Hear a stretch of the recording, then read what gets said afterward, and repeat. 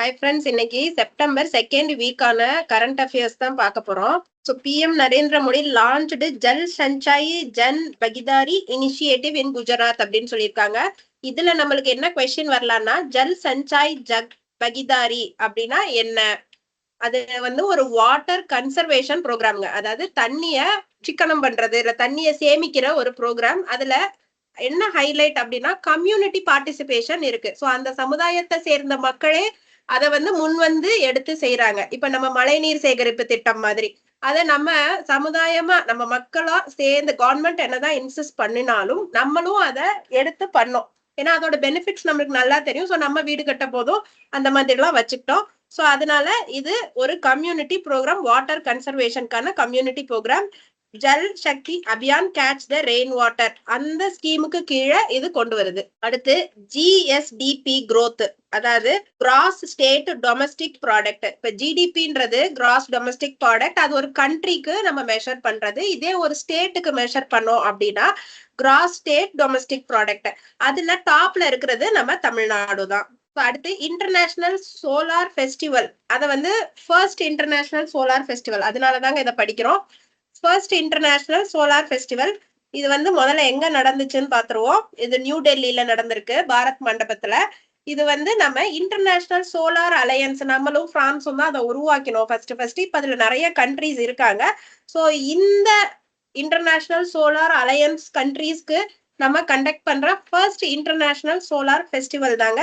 விர்ச்சுவலான ஆன்லைன்ல நடந்திருக்குங்க. அடுத்தது சம்ரித் ஸ்கீம். சம்ரித் ஸ்கீம்னா என்னதுன்னா ஒரு ஸ்டார்ட் அப் ஆக்சிலேட்டருங்க. ஸ்டார்ட் அப்னா நீங்க புதுசா ஒரு ஐடியா வச்சிருப்பீங்க, அந்த ஐடியாவை டெவலப் பண்றதுக்கு நம்மளுக்கு ஹெல்ப் பண்ற ஒரு ஸ்கீம். ஸோ இது ஐடி பேஸ்டு ஸ்டார்ட் அப்ஸ்க்கு சப்போர்ட் அண்ட் டெவலப்மெண்ட் கொடுக்கறது தான் இந்த சம்ரித் ஸ்கீம். ஸோ சாஃப்ட்வேர் பேஸ்டா. ஸோ அடுத்தது பாருங்க, 20th India US joint military exercise பேர் யூத் அபியாஸ். அது ராஜஸ்தான்ல நடந்திருக்குங்க. இது 20th எக்ஸசைஸ். 19th எக்ஸசைஸ் அலாஸ்கால யுஎஸ்ஏல நடந்திருக்கு. அடுத்து பிரதான் மந்திரி கிசான் மன்தான் யோஜனா. இது என்னது?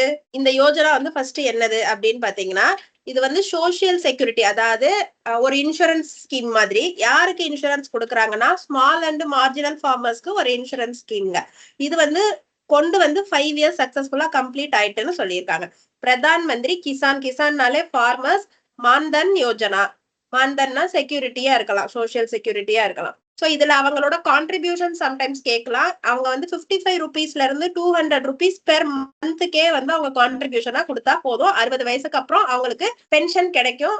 இந்த இன்சூரன்ஸை யாரு ப்ரொவைட் பண்றா? எந்த இன்சூரன்ஸ் ஏஜென்சி ப்ரொவைட் பண்ணுதுன்னா life insurance corporation of India provide பண்றாங்க. ஸோ அடுத்தது பாருங்க, அபுதாபியோட crown prince Sheikh Khalid bin Mohamed bin Zayed Al Nahyan. So அவர் தான் அபுதாபியோட கிரவுன் பிரின்ஸுங்க. ஸோ அடுத்தது ஒரு அப்ரிவேஷன் தாங்க, ஏஎன்ஆர்எஃப் அப்படின்னா Anusandhan national research foundation. So இது ஒரு ரிசர்ச் இன்ஸ்டிடியூட்டுங்க. அனுசந்தான் நேஷனல் ரிசர்ச் ஃபவுண்டேஷன்றது ரிசர்ச் இன்ஸ்டிடியூட். பெரிய பெரிய இன்ஸ்டிடியூஷன்ஸோட இவங்க டைப் பண்ணி ரிசர்ச் பண்ணுவாங்க. ஸோ அடுத்து பாருங்க, ஸ்விக்கி ஸ்கில்ஸ் அப்படின்னு சொல்லி ஒண்ணு இருக்குங்க. ஸ்விக்கி உங்களோட லாஜிஸ்டிக்ஸ்ல, அதாவது டிராவல்ல, டிரான்ஸ்போர்ட்ல ட்ரைனிங் கொடுக்குறாங்க. நம்மளோட எம்எஸ்டி மினிஸ்டர், அதாவது ஸ்கில் டெவலப்மெண்ட் மினிஸ்டர், ஸ்விக்கியோட பார்ட்னர்ஷிப் போட்டு ஸ்கில் இந்தியா மூலமா அந்த யூத்துக்கு லாஜிஸ்டிக்ஸ்ல ட்ரைனிங் கொடுக்க சொல்லியிருக்காங்க. ஸோ அது பேர் ஸ்விக்கி ஸ்கில்ஸ்.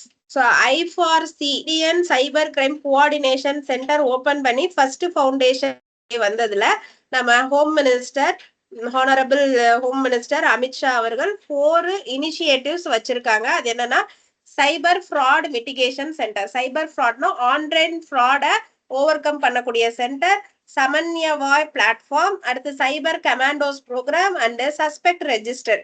ஸோ இந்த 4 இதையும் இனிமேல் ஃபாலோ பண்ண சொல்லியிருக்காங்க. ஸோ அடுத்தது பாருங்க, ட்ரேடு கனெக்ட் அப்படின்னு சொல்லிட்டு ஒரு ஆன்லைன் பிளாட்ஃபார்ம் ஒன்று யாரு நம்ம commerce minister mister Piyush Goyal launch பண்ணியிருக்காங்க.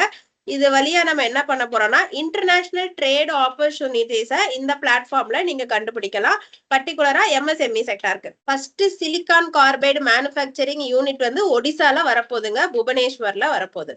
அதுக்கப்புறம் பிரதான் மந்திரி மத்ஸ்ய சம்பதன யோஜனா அப்படின்றது ஃபிஷர்மேனுக்காண்டி கொண்டு வரப்பட்ட ஒரு ஸ்கீம்ங்க. அது 4 இயர்ஸ் கம்ப்ளீட் பண்ணிருச்சு. ஸோ இந்தியாவோட ப்ளூ எக்கானமியை இன்க்ரீஸ் பண்றதுக்கு, அதாவது கடல் மூலமா வரும் வருவாய இன்க்ரீஸ் பண்றதுக்காண்டி இந்த ஸ்கீம் கொண்டு வந்தாங்க. பிளஸ் ஃபார்மர்ஸோட லைவ்லிஹுட் இன்க்ரீஸ் பண்றதுக்கும் அது ஒன் ஆஃப் த எய்மா இருந்துச்சு, அப்ஜெக்டிவா இருந்துச்சு. ஸோ அடுத்து ரங்கீன் மச்சிலி ஆப் அப்படின்னா என்னது?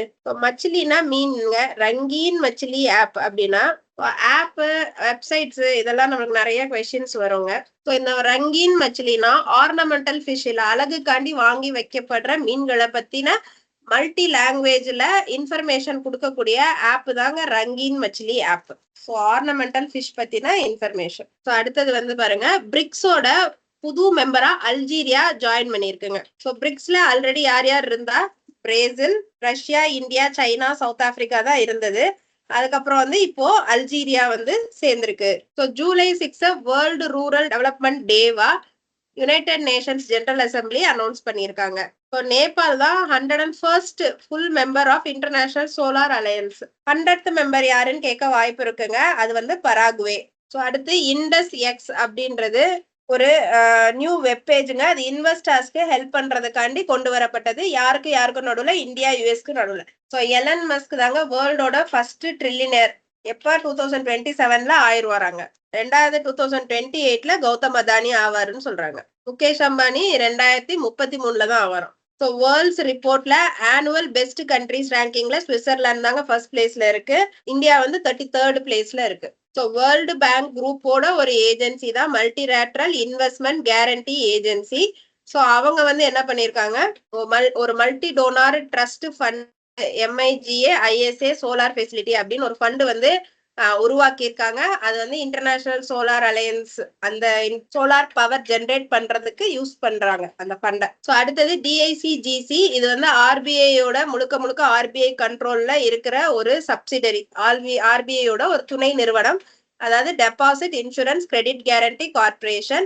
ஸோ அவங்க வந்து ஒரு கிளைம் ஸ்டேட்டஸ் ட்ராக்கிங் வெப்சைட்டை வந்து லான்ச் பண்ணியிருக்காங்க. அது பேர் வந்து தவா சூச்சக். சரிங்களா? ஒரு டெபாசிட் அக்கௌண்ட்டுக்கு 5 lakh rupees வந்து இன்சூரன்ஸ் பண்ணலாம். ஸோ இப்போ கண்ட்ரில இருக்கிற அக்கௌண்ட்ஸ்ல 97.8% ஆஃப் த டெபாசிட் அக்கௌண்ட்ஸ் வந்து இன்சூரன்ஸ் பண்ணியிருக்கோம். அடுத்து HDBFS, அதுதான் first NBFC to launch national payment கார்பரேஷனோட eKYC சிஸ்டம். அது பேர் வந்து சேது சிஸ்டம்.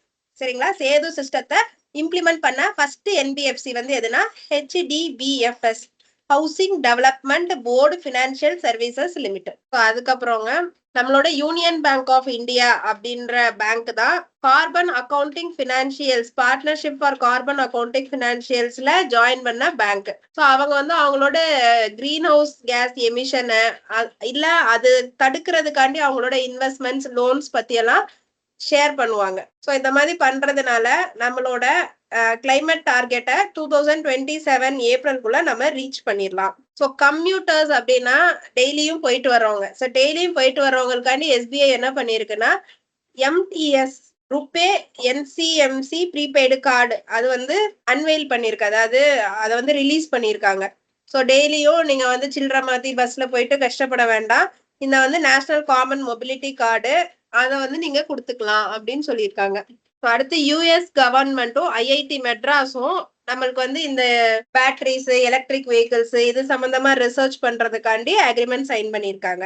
அடுத்து NTPC கிரீன் எனர்ஜியும் சுஸ்லானும் இந்தியாஸ் லார்ஜஸ்ட் விண்ட் எனர்ஜி ஆர்டருக்காண்டி பார்ட்னர் பண்ணியிருக்காங்க. நேஷனல் தெர்மல் பவர் கார்பரேஷன் வந்து சுஸ்லான் குரூப்புக்கு அந்த ஆர்டரை கொடுத்துருக்காங்க.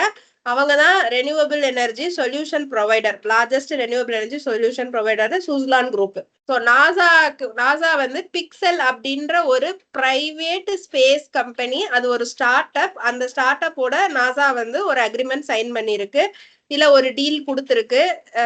எதுக்குன்னா ஹைப்பர் ஸ்பெக்ட்ரல் டெக்னாலஜியை சப்போர்ட் பண்றதுக்காண்டி.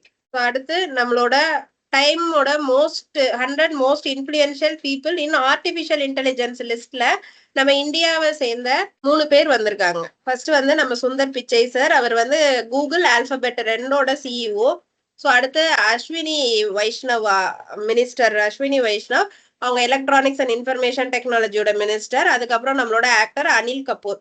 ஸோ இவங்கெல்லாம் வந்து மோஸ்ட் இன்ஃப்ளூயன்ஷியல் பீப்புள்ல, மோஸ்ட் 100 இன்ஃப்ளூயன்ஷியல் பீப்புள்ல இந்தியால இருந்து ரேங்க் ஆனவங்க.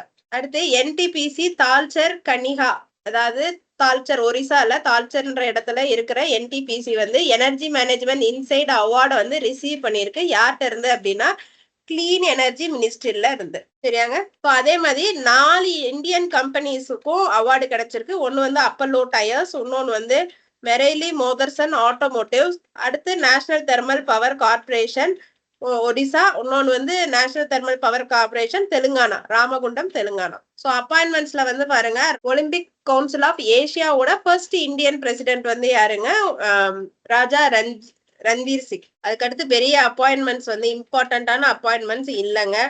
அக்வைசிஷன்ஸ் அண்ட் மர்ஜர்ஸ், சயின்ஸ் அண்ட் டெக்னாலஜில ஒன்னு மட்டும் படிச்சுக்கலாம்.